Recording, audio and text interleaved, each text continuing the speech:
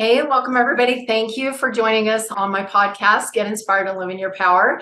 And I have an amazing guest with me today. It's Kris Krohn. I'm going to be giving a little bit of background on him, kind of a bio. I'm super excited to have Kris on, just not because of all of his accomplishments and everything, which are amazing, but just because we are really great friends and we've worked together for a long time. And I hadn't planned on sharing this, Kris, but I owe you my life. Because, when we first met, it was right after I'd had a heart attack. And the doctor had told me my heart would be working at 50% capacity for the rest of my life. And you taught me through mindset to be able to believe the impossible. And so I just want to thank you. I am really grateful. Wow. I had not planned on that, but it is true. So thank you. All right. Kris, I'm going to give you a little background on him. Kris Krohn is a real estate maverick, business coach, 8-figure influencer, international speaker, breakthrough mentor, and best-selling author who helps people get on the path to wealth through real estate investing, business coaching, and mindset training. Kris is an expert wealth coach with 5,000 real estate deals, numerous businesses, and growing influence. For over a decade, Kris has mentored thousands of people in creating, managing, protecting, and growing wealth through innovative real estate investment and other strategies. While Kris's greatest expertise is found in real estate investing, with over $1 billion in deals, his clients have had exponential results using his business strategies to make significant money with little time in simple startups. Kris empowers people to grow their wealth, health, and personal power. His proprietary breakthrough technique helps people shift out of their limiting beliefs, allowing them to bridge the gap between where they are and the result that they want in every aspect of their lives. And I know that has been true for me. I have used Kris's system with real estate investing, with growing my wealth, with helping me in all the different areas of my life, as I have mentioned, and just super grateful to have you here, Kris. Thank you. Thank you, Eileen. I am happy to be here. We have such a history, a rich history. We've been through so much together. And so I'm really happy to be on your podcast today. There's so much to be grateful for. And there's so much that each of us can do to level up our lives. And sometimes we're just one tweak away, or sometimes we're in a full tear down and rebuild mode. But either way, I think the purpose of life is growth. So the question is, what can we be doing to level it up? Awesome. Thank you. I appreciate you mentioning that about, some people it's just a little tweak away. Some people have to really tear it all down and start from scratch. And I know you have been in both of those situations.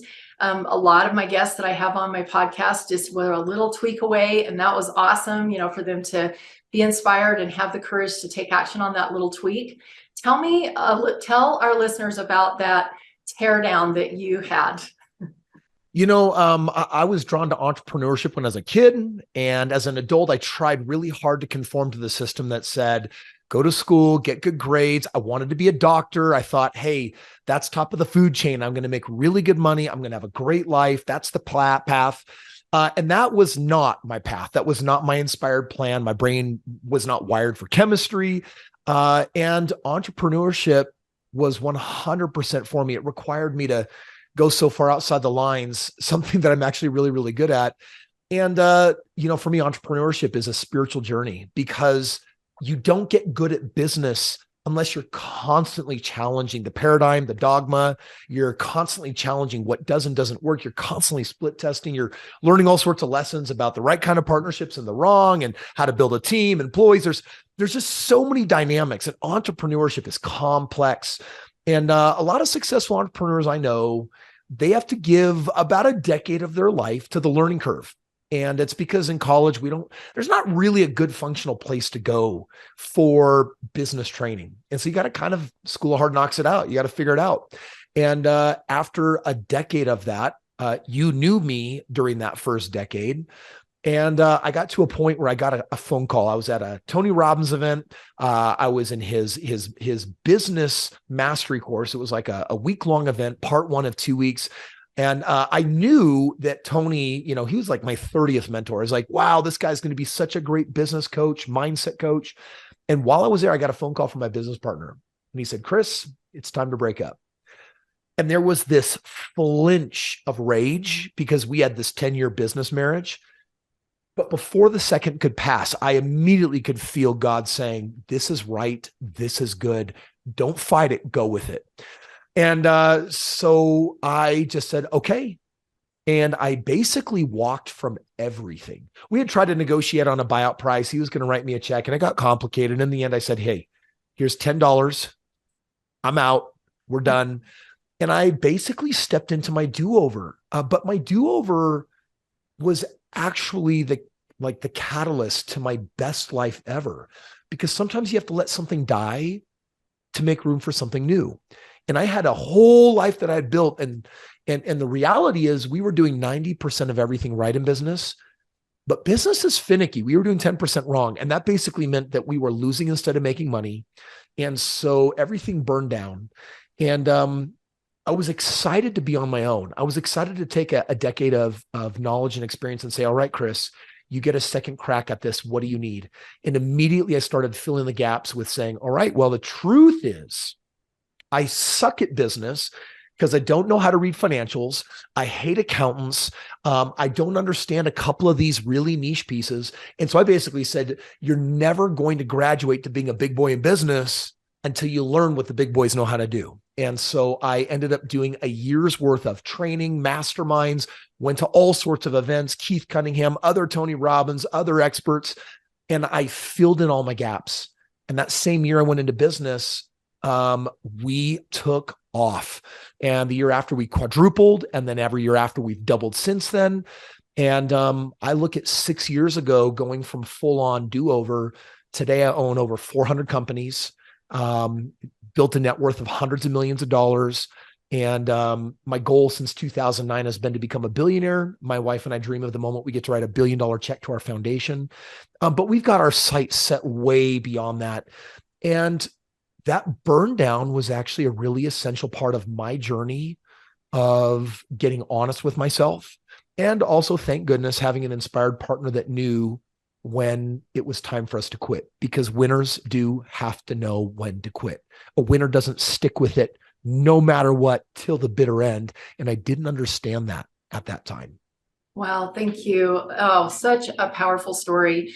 And I love that you said that you were grateful to have a partner who was inspired to know when to quit, and that you also received that confirmation at the same time, that almost at the same time you had that initial flinch, but then, feeling that confirmation.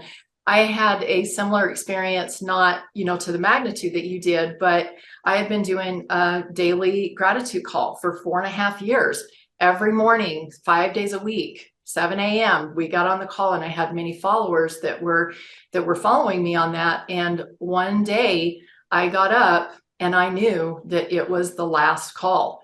And I let them know on that call, this is the last gratitude call. And there was an initial flinch of everyone on the call. What am I going to do? Where am I going to go? How am I going to, get this pick me up every morning?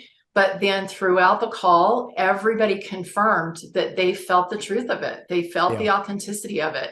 And so I think it's really great to understand that when we receive inspiration, it's so important to take action when we receive that inspiration, because likely God is he's going to help smooth it over everywhere.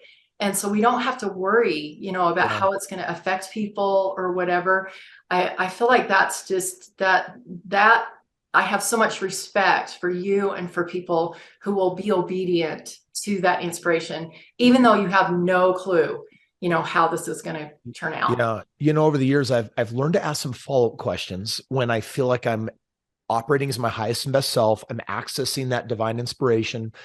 And we always start with what? So I'll ask a question, I'll ground, I'll close my eyes, I'll get clear, and I'll ask, what do I do, left or right? I was teaching my kids this morning at the breakfast table. We were talking about, how do you make an inspired choice? Well, by default, we're in a fixed mindset and we're operating from our own logic center, which means that we can only create more of a future that reflects more of our past. You have to get outside of what you know. Because the truth is, without outside perspective, we don't shift and change a whole lot.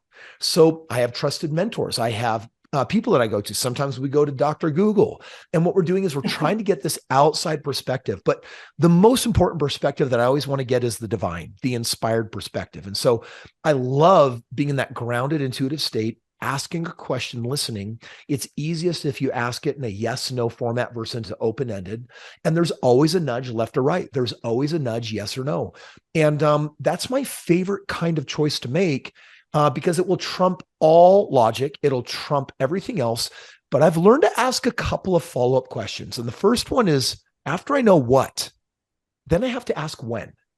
Because so often I'm receiving really important information that I'm not supposed to act on. If you don't ask when, I got news for you. What you did is you asked God a question, but you actually didn't have a conversation. The conversation for me always graduates from what to when. And then eventually we're going to get to the how. But when is really important, because I would say most of the time the answer is act on that now. Send that email, text that person, reach out, do this thing, ignite that thing. But sometimes it's next year, weeks from now, or just it's not right now, but you've been gifted vision. You've been gifted knowledge of things to come that you're not to act on yet. And then there's another question that I follow up with. Is this a tweak or is this a rebirth? And it lends itself to the filter of iteration. My biggest growth has come from iterating. And tweaks is not iterating. Tweaks means I'm on my true north path. I know the direction I'm heading in, and I just need to optimize. If I tweak, I'm just trying to make an existing thing better. But sometimes inspiration, the what, and then receiving the when, I always got to ask the next question.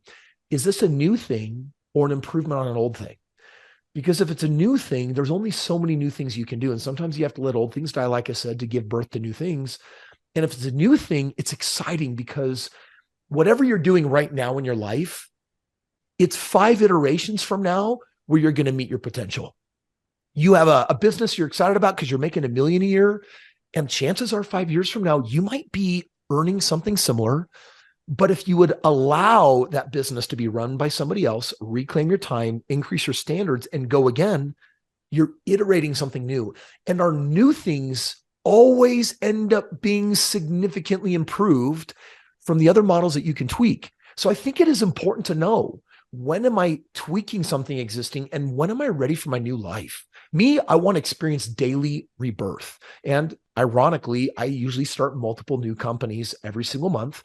And I have a system where I build machines that build machines, which means I've got people that can run them and I got people that can build them. And then I'm off doing my role in co-creation, starting something new, igniting something new, creation. And so those are some of the questions, Wileen, that I like to ask to be on my inspired path is what, then I ask when, and then I want to understand, is this a new thing or an improvement on an old thing? I love it. And I've experienced some of those things with you. You know, when we were we worked together for about 6 years.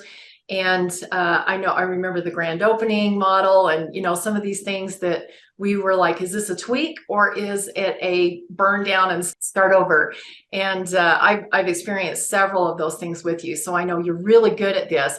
What I would love to do is to have you give maybe some advice on how to take action, because from what I'm hearing you say, and I know from my own personal experience, when you receive that inspiration, the what and the when, and, you know, is this a tweak or a start over kind of a thing?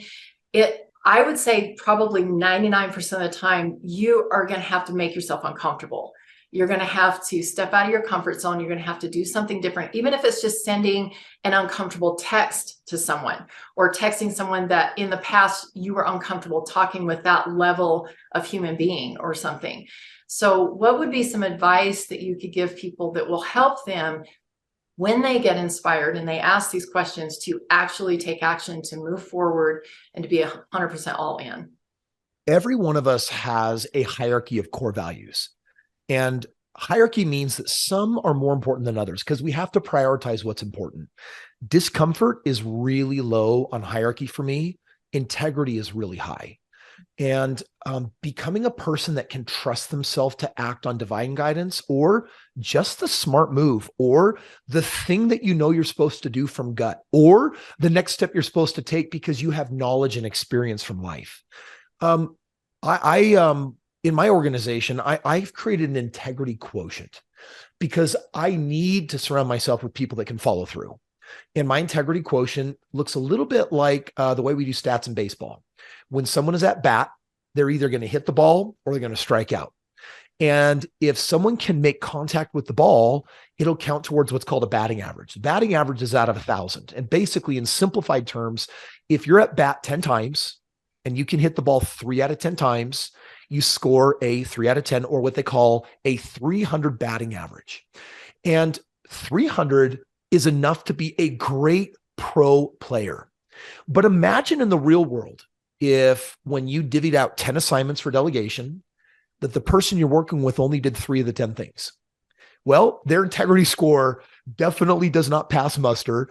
My integrity quotient is I expect everyone on my team to be over a 900. That means that if you're given 10 things, I expect at least 9. And frankly, I expect all 10 of them to happen.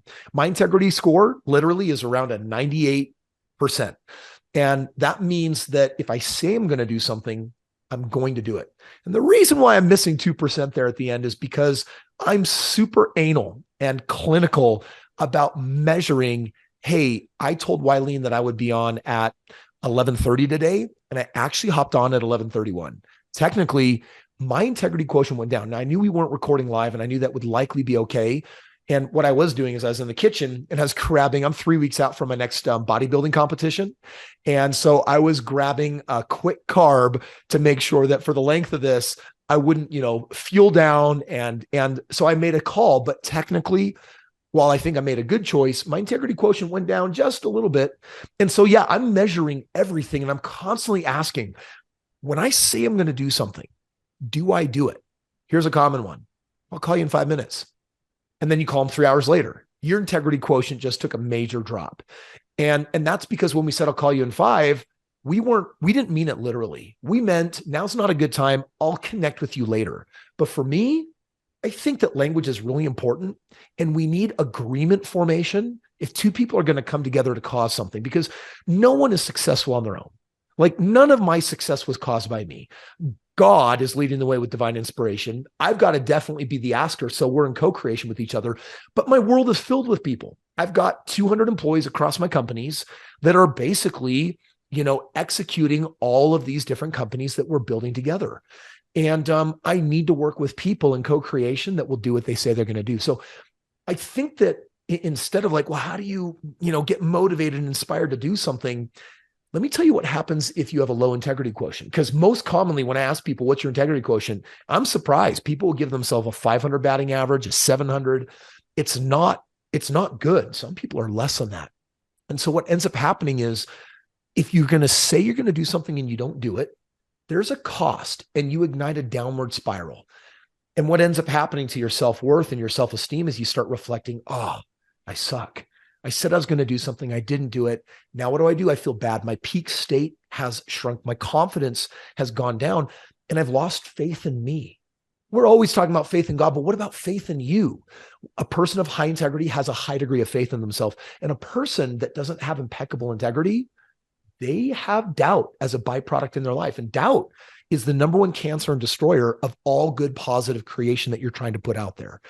For me, I guess I'd say, Wileen, I'm motivated to keep my integrity quotient high, but it also requires me to be really honest.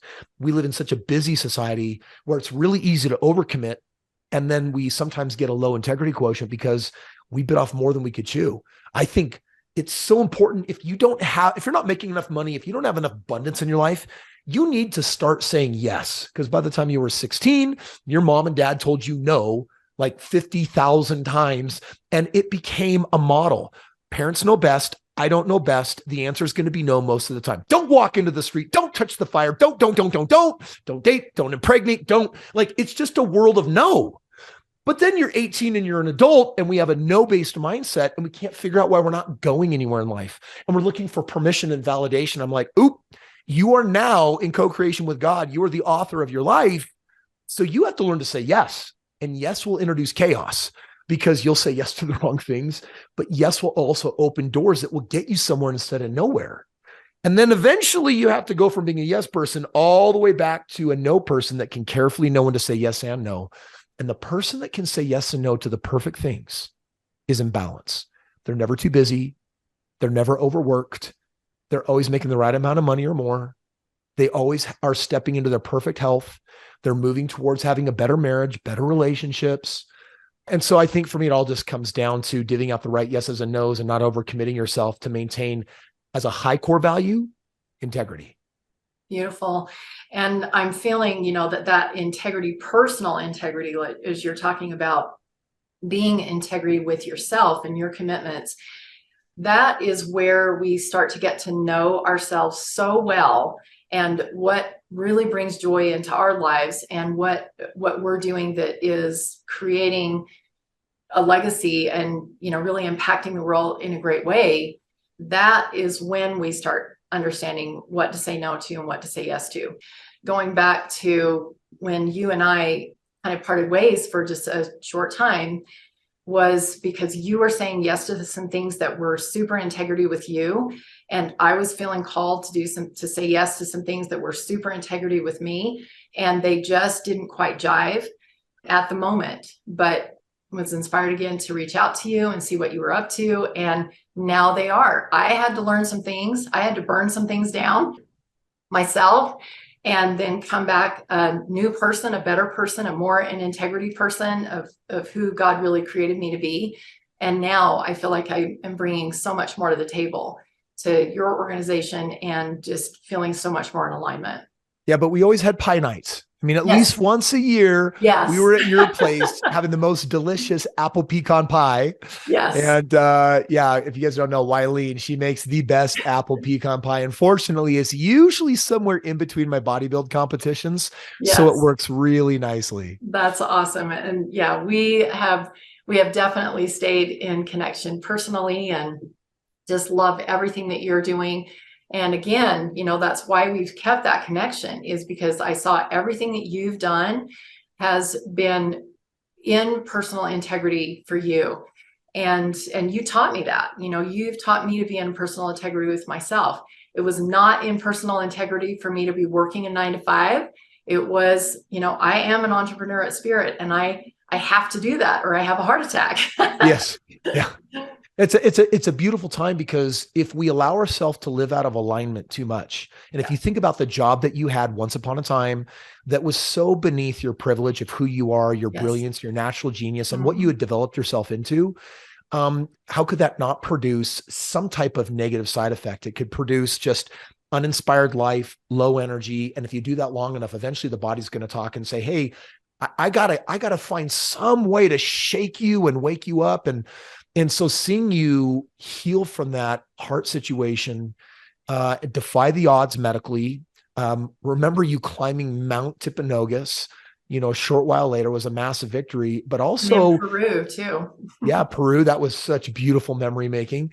And then really bringing yourself into alignment and saying, oh, I need to listen to my body. I need to listen to the clues. They're everywhere out there to make sure that I get back on track. I think, frankly, that's what all of us humans are really trying to do, is we're trying to build better humans. We're trying to become our potential. And I think what holds us back from that so often is we are uninspired. We're taking advice from the I know mind, which doesn't have anything new for you. And we're just robots. We're in a repetitious cycle of repeating old decisions. And if you're not reevaluating old decisions and leveling up to make better decisions, if you're not going back and course correcting beliefs that limit you and exchanging them for beliefs that set you free, you don't grow. And whatever isn't growing is dying. And so growth is really all about constantly striving to reach for that next impossible, reach for our potential. And that's available to every human being. We're either sleepwalkers that are engaged in a fairly lifeless game, or we're just tearing it up on fire with the growth that is consuming us. Yeah. And I think you've hit it on the head there. The life within us, that's where growth, if we're not growing, we're not living. And the spirit within us is the living part of us. It's not the body that we put, so much emphasis on in the material things in the earth. It's that spirit. And as we tap into the spirit and the authenticity of who we really are, even at the divine level, that is where our bodies and our physical surroundings, our circumstances really start to thrive, really start to grow and show on the outside who we were really meant to be all along. Well, and I think it lends itself to intentional creation, right? We're all manifesting something. We're all creating something. If we're unconscious, we're probably creating a lot more of what we don't want in life, because the majority of the unconscious mind is filled with a belief system that is limiting us. And when you wake up to your purpose, when you wake up to your better life and you step into the game of growth, you're still creating, but now it's intentional. And now there's a true north. Now there's a direction, a heading, and we can build something really incredible. Man, humans are either stuck or they're living this inspired life. And I think everything is opposite than what we think, because we do acclimate as babies to teenagers to adults. Like, well, I'll see it if I can believe it. And I listen to what I can hear, and I listen to what I can taste, and I believe what I can touch. And we get so acclimated to our senses as if we're just human beings having a human experience. But all creation starts at a very spiritual, or what some would call a very mental level. A thought is a thing, and daring to think new thoughts lead to new behaviors, which ultimately will lead to a destiny that we're all in pursuit of. We're either going to arrive there and be proud of what we created, or we're going to say, yikes, I don't like my creation. No one did it to you. It's literally what you dwelled on. It's what you thought about. You created that world. And there's good news with that, right? Like, if you have a life where you're like, Kris, are you saying that I'm responsible for everything in my life I don't like? I'm saying, yes, you are. You are 100% complicit in all of those creations. Well, what about the bad people that come into my life and do things to me I don't like? I'm like, I don't know. Why did you seat yourself on the train next to that person? Where were you going? Was that inspired? Well, I didn't get to choose my family. No, but you do get to choose your reaction. You do get to choose your interpretation of your experience. And you can step out of that world of victimhood and start realizing, wait a second, okay, everyone's had bad crap happen to them. Everyone has lived the uninspired life. Everyone has had their own traumas perceived or real. And that makes us in some ways sane. But there are those that will rise out of it. And it takes inspiration to do that. It takes new thoughts, new ideas, mentorship, and ultimately mentorship, I think, with God. That's the highest expression. I've had some brilliant mentors in my life, but nothing will ever top inspiration. Beautiful. I 100% agree to all of that. Well, I know that our listeners, after hearing all of this amazing stuff, they're going to want to reach out to you. They're going to want to find out about your events and just learn more about what you offer. I know that, we're going to be putting in the description your social media handles, your YouTube, all that kind of stuff. What would be the best way for them to reach out to, if not you, somebody on your team, to find out more about what you do, or just to find out about your events? Well, I think if people Google Kris Krohn, it's spelled a little funny. It's Kris, K-R-I-S. It's Krohn, K-R-O-H-N. You're going to find that I have social media content out there dedicated to improving your health and wellness, some about improving your relationships, some about improving your finances. I have a philosophy. I believe that you can have it all in life. I've written 6 different books, best-selling author, and do have events and all these different things. And I love to give my gear away for free. So if you just Google my name, you're going to find a lot of free everything. And so I think that's probably just the easiest way to connect and start down the path and learn more if it resonates. Okay. And then check the description. We'll definitely put, if maybe there's a website or something, about your events or whatever. So I'll get all that detail, and we'll make sure that that's in the description. Thank you so much for joining, Kris. I would love to just continue this conversation, because it always is uplifting to me to be with you. And I'm super grateful to be back in your world and working consistently with your team. So thank you again for joining us on the podcast. And we look forward to having our listeners back for the next episode of Get Inspired and Live in Your Power. Thanks, Mylene.